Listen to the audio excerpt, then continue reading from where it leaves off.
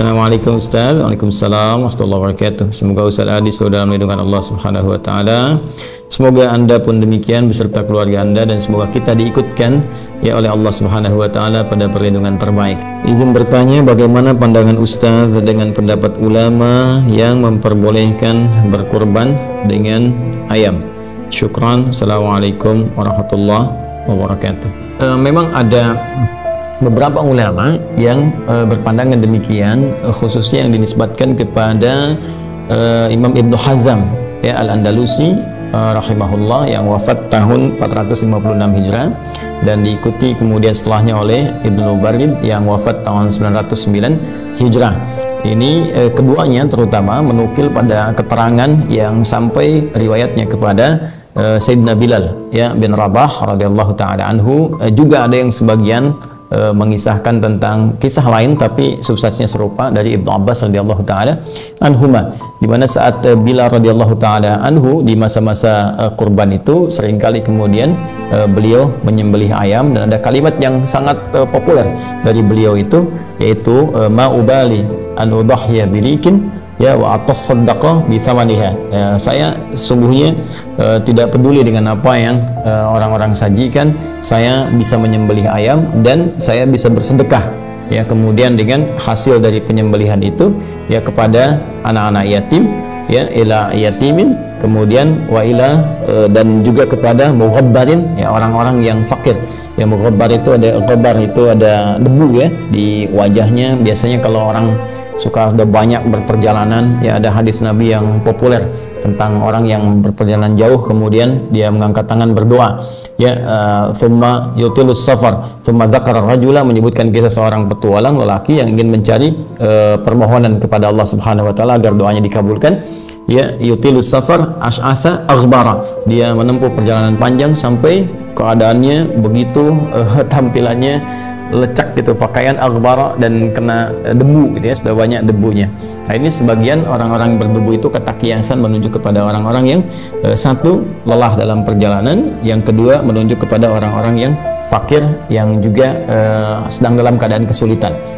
Nah, jadi Sayyidina Bilal radhiyallahu taala anhu, beliau suka menyembelih ayam di waktu-waktu orang berkorban dengan binatang-binatang ternak ya, seperti kambing, domba kan, kalau kita sapi, kerbau, atau di masa-masa itu juga banyak menggunakan unta ya, lalu hasilnya beliau sedekahkan kepada golongan-golongan tadi. Kata beliau, aku lebih suka melakukan seperti ini dibandingkan dengan aku menyembelih seperti mereka.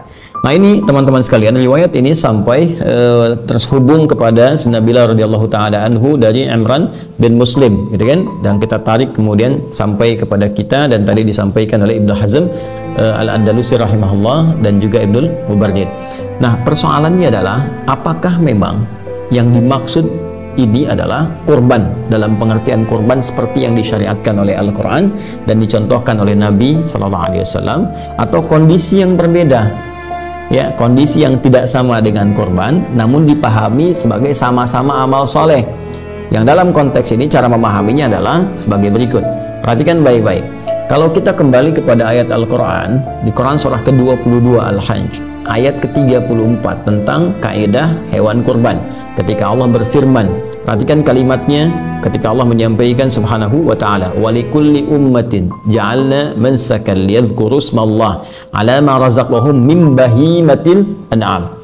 Ya, dan setiap umat kami berikan jalan, kata Allah ya, kami berikan cara untuk beribadah, untuk menyembah Allah Subhanahu wa taala, yang dengan itu mereka akan mampu untuk mendekat, menyebut-nyebut Allah Subhanahu wa taala, berzikir kepada Allah dan mensyukuri nikmat Allah Subhanahu wa taala dengan satu ibadah korban itu yang disyariatkan min bahimatil an'am, dari kalangan hewan-hewan ternak. Jadi spesifikasinya jelas. Karena itu Al-Imam Al-Ghazali bahkan memberikan keterangan yang sangat ringkas tapi padat. Hewan kurban itu, kata beliau, jenisnya mesti jelas, sifatnya mesti jelas, kadarnya mesti jelas. Di antara jenisnya yang spesifik yang jelas itu apa? Itu bahimatul an'am, yaitu hewan-hewan ternak. Sehingga hewan ternak ini menjadi ijma' di kalangan ulama, ini yang hanya boleh sebagai kualifikasi hewan kurban. Ya, kalau kita kemudian urutkan tadi, unta yang populer menjadi hewan ternak, kemudian sapi, kemudian kerbau, kemudian kambing, domba, sejenis itu saja ya. Jadi spesifik yang diternakan memang untuk dikonsumsi, yang kualifikasi dagingnya sifatnya bisa bermanfaat untuk orang-orang banyak. Ya, jadi dalam konteks ternak ini bukan hewan-hewan biasa. Nah, bagaimana kita mengetahui bahwa spesifik hanya ini saja? Ya, bahkan ayam juga bisa orang ternak ayam, bebek ternak bebek gitu kan. Bagaimana taunya hanya hewan ini saja? Yaitu contoh perilaku Nabi. Karena Nabi ketika diutus oleh Allah Subhanahu wa taala untuk memberikan contoh, penjelasan dan batasan-batasan amalan kepada kita. Karena itulah ketika Allah mengutus beliau, kemudian ada statement yang sangat jelas ya di Quran surah ketiga misalnya ayat ke-31. Qul in kuntum tuhibbunallaha fattabi'uni.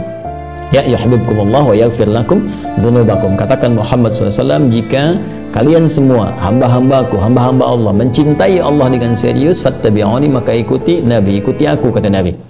Ya, perintah Allah mengatakan kepada Rasulullah, ikuti semua petunjuk Rasulullah sallallahu alaihi wasallam. Dikuatkan di Quran surah ke-33 ayat 21. Laqad kana lakum fi Rasulillahi uswatun hasanah. Sungguh telah ditetapkan pada pribadi Rasulullah sallallahu alaihi wasallam suri teladan yang harus diikuti. Sekarang apa perintah Nabi dan contoh Nabi ketika menyembelih? Perhatikan kalimat Nabi-nya. La tadhbahu illa musinnatan illa ayya'sura alaikum. Ya, fatadhbahu jaza'atan minad dha'ni. Kata Nabi SAW, jangan kalian pernah sembelih kecuali hewan-hewan ini nih yang telah cukup usianya.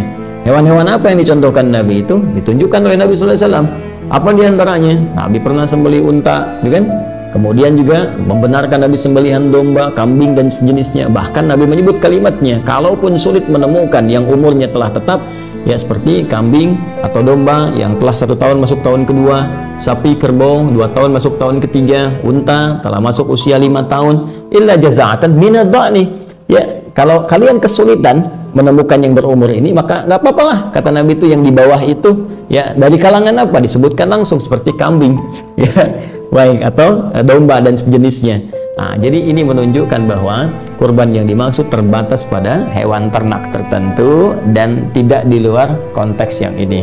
Adapun kebiasaan Sayyidina Bilal radhiyallahu taala anhu, beliau sahabat Nabi, tapi juga dilihat kualifikasi sahabat Nabi kan macam-macam. Ya, contohnya apa? Contohnya dari segi harta benda misalnya. Hartanya Utsman kan luar biasa banyak. Abdurrahman bin Auf luar biasa banyak. Umar sangat lebih daripada cukup. Abu Bakar juga demikian. Karena itu mudah bagi mereka untuk berkorban menggunakan unta sekalipun. Ya, cuma Bilal kan radhiyallahu taala anhu punya keterbatasan dalam harta. Karena itu aktivitasnya lebih terkonsentrasi ke masjid. Ya kan? Karena keterbatasan ini beliau ingin seperti yang lain korban. Ya, menggunakan hewan-hewan ternak. Cuma mampunya pakai ayam. Ya.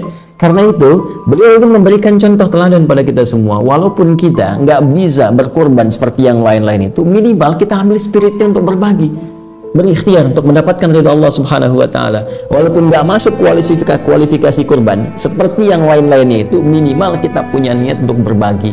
Nah, sifat berbagi itulah yang dicontohkan oleh Sayyidina Bilal dengan menyembelih ayam dan dibagikan.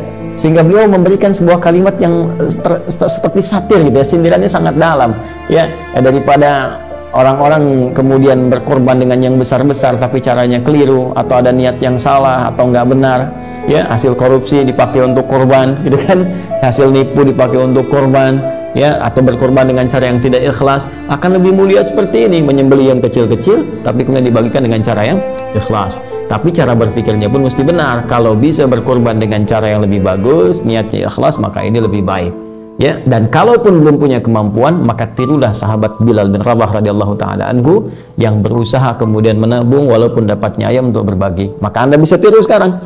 Saya nggak bisa beli kambing nih, tapi mungkin uangnya cukup untuk sedekah ya, uangnya cukup untuk beli ayam, berikan kepada yang kesulitan. Uangnya cukup untuk beli sembakonya, berikan pada yang kesulitan. Itu spirit yang ingin diajarkan. Dan itu pula yang dicontohkan sahabat Ibnu Abbas radhiyallahu taala anhuma, dan beliau waktu itu masih kecil. Ya, belum dewasa.